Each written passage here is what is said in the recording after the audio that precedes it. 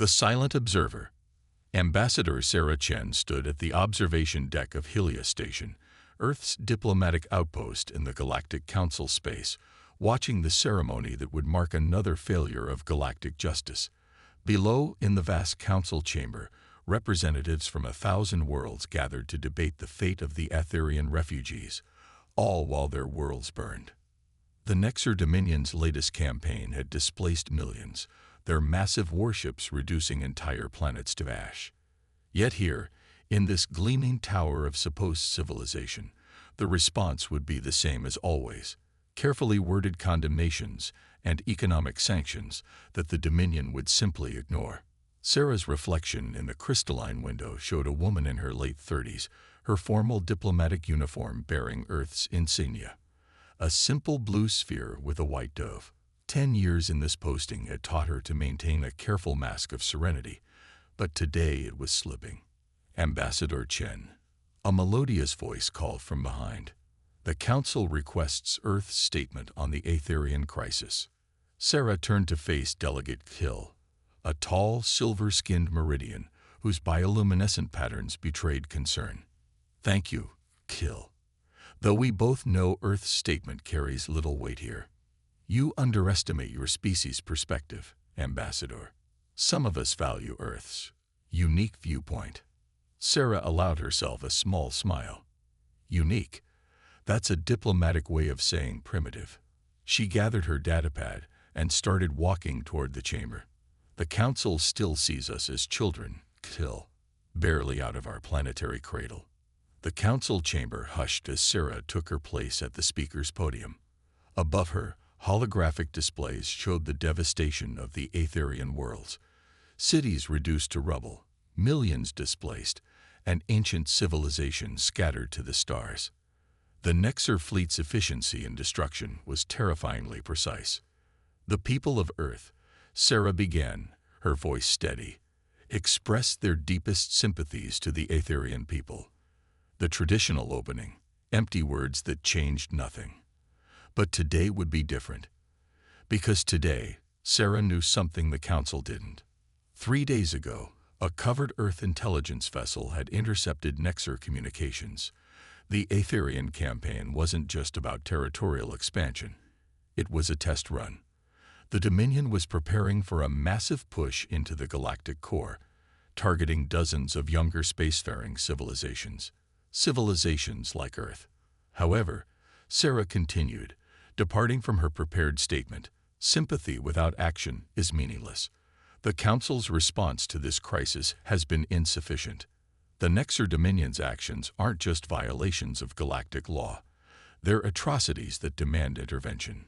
Murmurs rippled through the chamber. The head counselor, a Vanaran elder whose species had governed galactic politics for millennia, leaned forward. Ambassador Chen, Earth's passion is noted, but perhaps your species' youth leads you to oversimplify these matters. The Council's approach to conflict resolution has maintained peace for 10,000 years. Peace for whom, Counselor? Sarah's fingers tightened on the podium.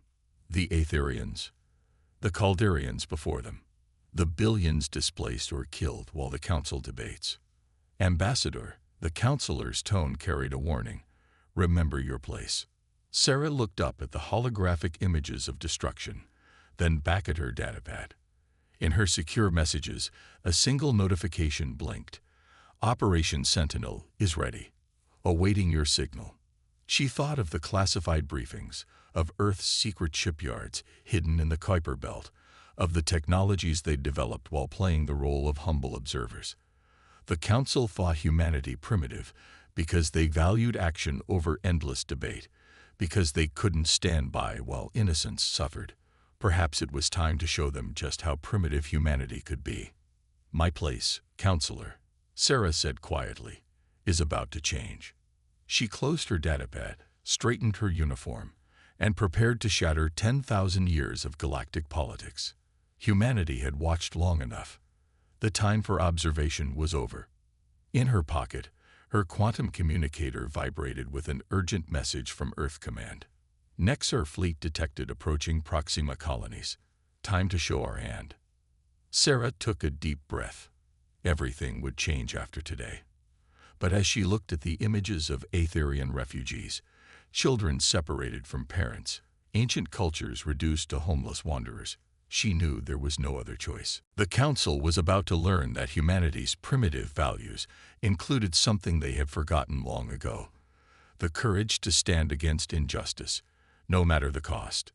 Calculated defiance. Deep within Earth's secret command center beneath the Himalayas, Admiral James Torres studied the holographic display of known Nexar fleet movements. Dozens of red markers showed their advance through the outer sectors, each point representing thousands of lives lost. Behind him, the quantum communicator crackled with Sarah Chen's voice from the Council station.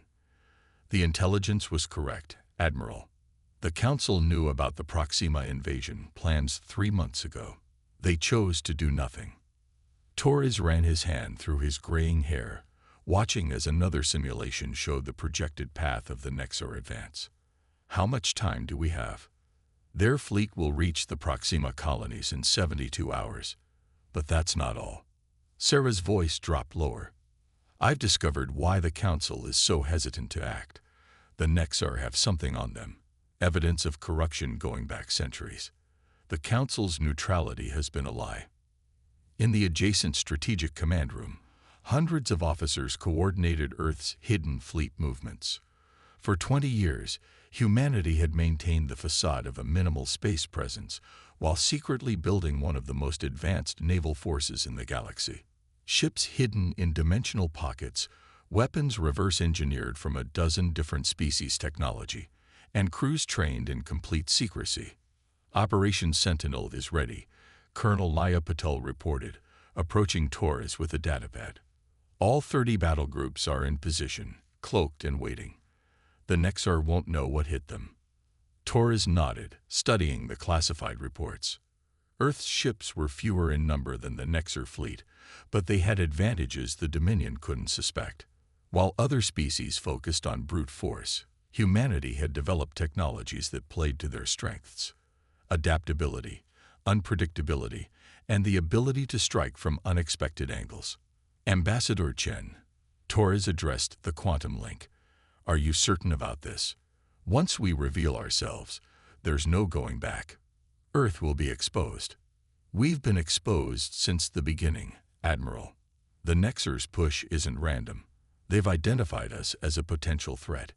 Better to strike first, on our terms, than wait for them to reach our colonies. In orbit above Earth, the massive shipyards hidden beneath quantum camouflage hummed with activity. The pride of Earth's fleet, the ECS Prometheus, prepared for its first real combat deployment. Captain Diana Wright walked through its corridors, checking final preparations. Her crew, like all of Earth's secret space force, had trained for years for this moment. Engineering reports all systems go, her XO reported. Quantum drives are spun up, and the new shield harmonics are stable. We're as ready as we'll ever be. Diana touched the ship's bulkhead, feeling the subtle vibration of its power systems. The Prometheus represented humanity's greatest achievement, a vessel that combined the best of human innovation with carefully studied alien technology. Its very existence would shock the galactic community. Back in the Council chamber, Sarah Chen watched the latest refugee reports with growing anger. The Nexar weren't just conquering worlds, they were erasing entire cultures, forcing assimilation or extinction. Their next targets would include 3 species younger than humanity, civilizations that had barely achieved faster-than-light travel. Her quantum communicator chirped with an encrypted message from Earth intelligence. The analysts had finished decoding more of the intercepted Nexar communications. What they revealed made her blood run cold. Admiral, she transmitted to Torres, the Proxima attack isn't just a military campaign. They're testing the new weapon, something that can destabilize a star's core. They plan to use the Proxima colonies as a demonstration. Torres' response was immediate. That changes everything. We can't wait for diplomatic channels. Sarah looked around the Council chamber, at the species that considered humanity too primitive to have a real voice. They had no idea that Earth's primitive nature included something they had forgotten: the ability to act decisively when faced with imminent threat. In her secure office, she began preparing the speech that would shock the galaxy. But first, she sent one final message to Earth Command. Initialize Operation Sentinel. Humanity stands with the innocent. Across the solar system, hidden shipyards activated. Vessels larger than cities emerged from their quantum camouflage. Crews who had trained for years in secret took their battle stations. Earth's hidden fleet was about to reveal itself to a galaxy that thought them barely capable of interplanetary travel. The Nexar Dominion was about to learn that humanity's primitive status was the greatest deception in galactic history, and the Council would discover that sometimes the youngest species remember the oldest truths. That power means nothing without the courage to use it in defense of others. The breaking point. The emergency alarms in the Council station blared to life as holographic displays showed the unthinkable. The Nexar fleet had launched a surprise attack on Haven, the largest refugee world in the sector. Billions of displaced beings from dozens of species had sought shelter there, believing the Council's promises of protection. Sarah Chen watched in horror as the massive Nexar dreadnoughts emerged from hyperspace. Her quantum communicator buzzed with urgent updates from Earth's cloaked observation posts near Haven. The Nexar hadn't come with their usual invasion fleet. They'd brought their star killer weapon. "Gods help us," Kill whispered beside her, his silver skin paling to white. "There are 3 billion refugees on Haven. The Council's defense fleet won't arrive for hours." Sarah's hand tightened around her communicator. Humanity's hidden fleet was much closer. The ECS Prometheus and its battle group had been secretly monitoring Haven for weeks. They could intervene, save billions of lives, but it would mean revealing Earth's true capabilities before they were fully prepared. Ambassador Chen, her communicator crackled with Captain Wright's voice from the Prometheus. "We're picking up energy readings from the Nexar weapon. They're not here for conquest. They're going to make an example of Haven." In the Council chamber below, chaos erupted as the attack reports came in. The head counselor called for emergency sessions, for diplomatic channels to be opened, for sanctions to be prepared. More words, more debates, while billions faced extinction. Sarah's secure datapad displayed a message from Admiral Torres. "Your call, Ambassador. But if that weapon fires, Haven's star goes supernova within hours. No evacuation possible." She thought of Earth's carefully laid plans, of the strategic advantage they would lose by revealing themselves too soon. Then she thought of the children she'd met on her last visit to Haven, refugees who had already lost one home to the Nexar, now about to lose another. "Admiral," she transmitted, her decision made. "Initialize Sentinel Protocol Alpha. Captain Wright, the Prometheus has permission to engage. Save those people." The next few moments would be remembered in galactic history forever. As the Nexar ships moved into firing position around Haven's star, space itself seemed to ripple. The quantum camouflage fields protecting Earth's fleet dissolved, revealing vessels of a design the galaxy had never seen. The ECS Prometheus emerged less than 10,000 kilometers from the Nexar flagship, its advanced shields glowing with power. Alongside it, 15 other Earth ships dropped their cloaking fields, sleek, powerful vessels that combined human ingenuity with reversed engineered technology from a dozen species. In the Council chamber, the holographic displays showed the impossible scene. Species that had dismissed humanity as primitives watched open-mouthed as Earth ships executed maneuvers that should have been beyond their capabilities. "This is Captain Diana Wright of the Earth Command Ship Prometheus to Nexar Fleet." The transmission went out on all frequencies. "Stand down immediately and withdraw from Haven space, or we will demonstrate exactly how primitive humanity can be." The Nexar response was predictable. They opened fire with their primary weapons. But Earth's ships had been built specifically to counter Nexar technology. The Prometheus's shields absorbed the energy attacks, its quantum-enhanced armor remaining untouched. "Very well." Wright's voice was cold. "Weapons free. Protect that star, and those refugees at all costs. What followed was a display of military prowess that shattered every preconception about human capabilities.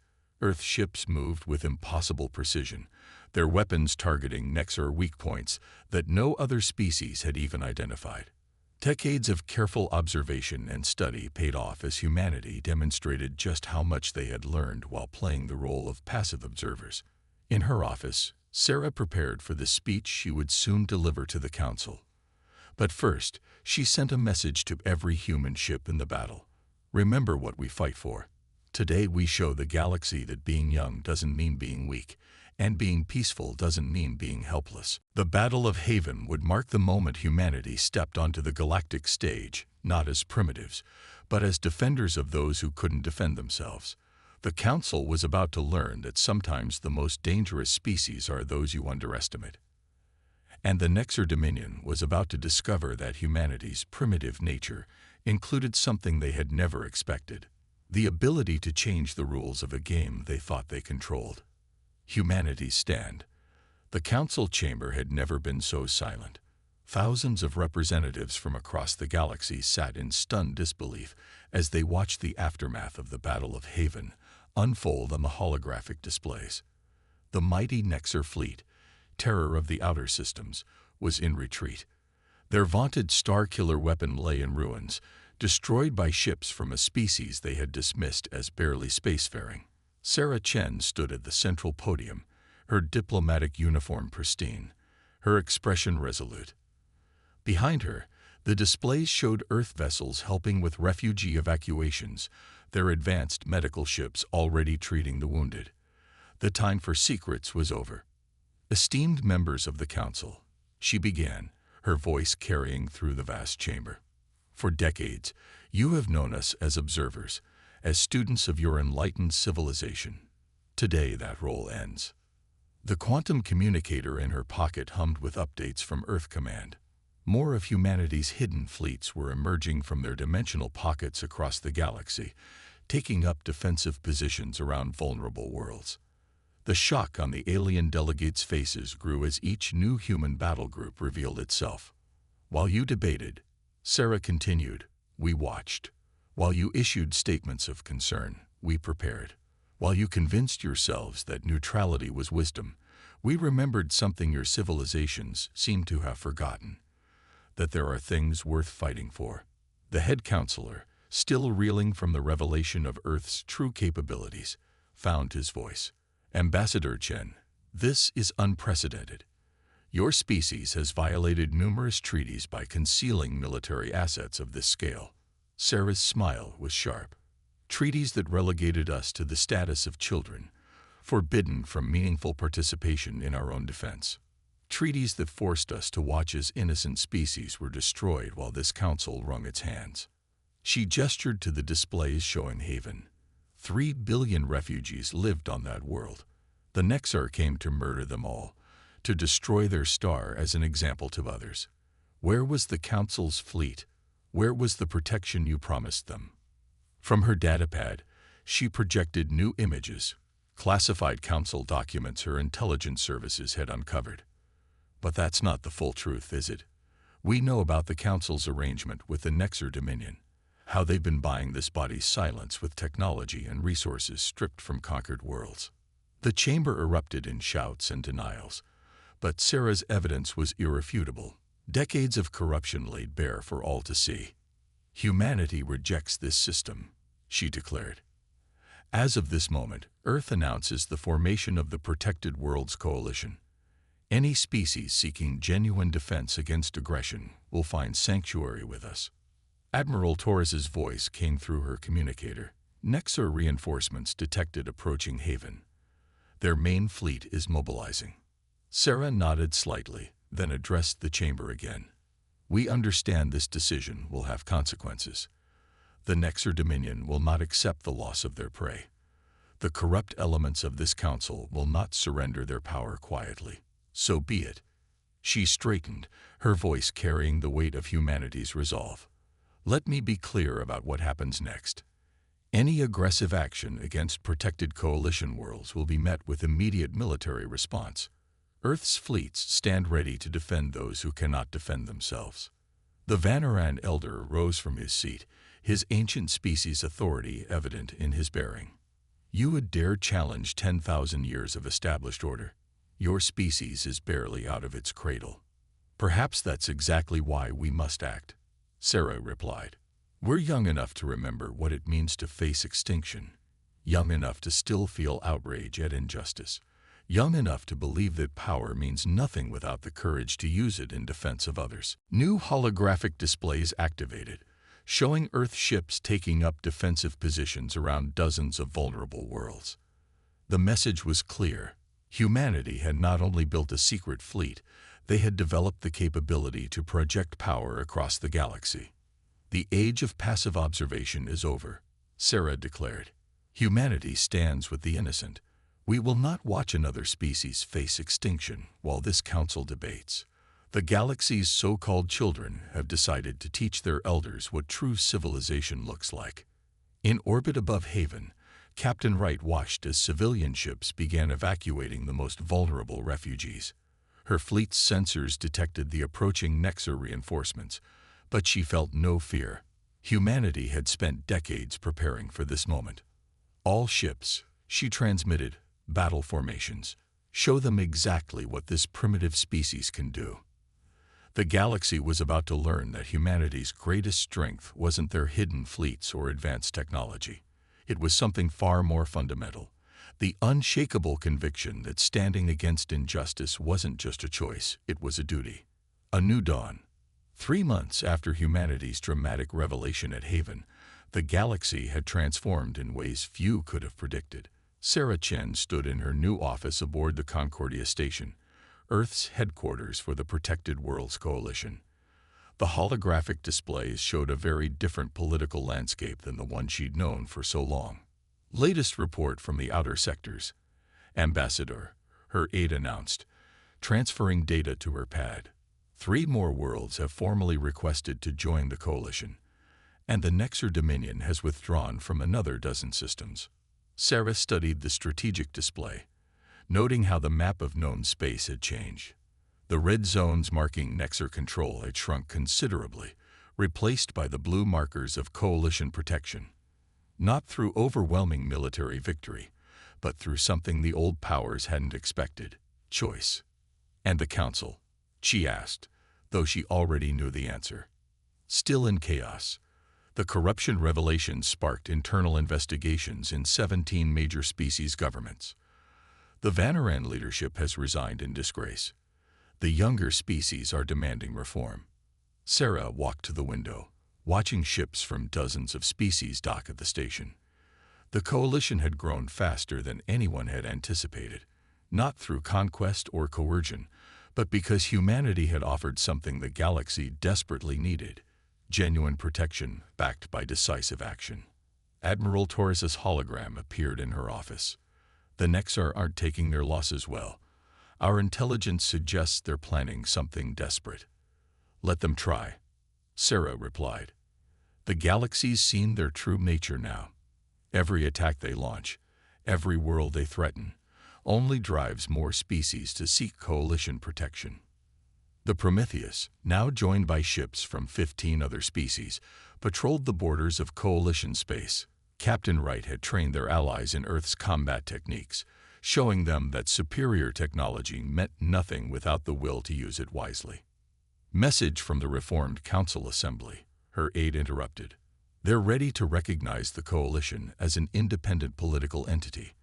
They're also requesting Earth's assistance in drafting new protocols for intervention in genocidal conflicts.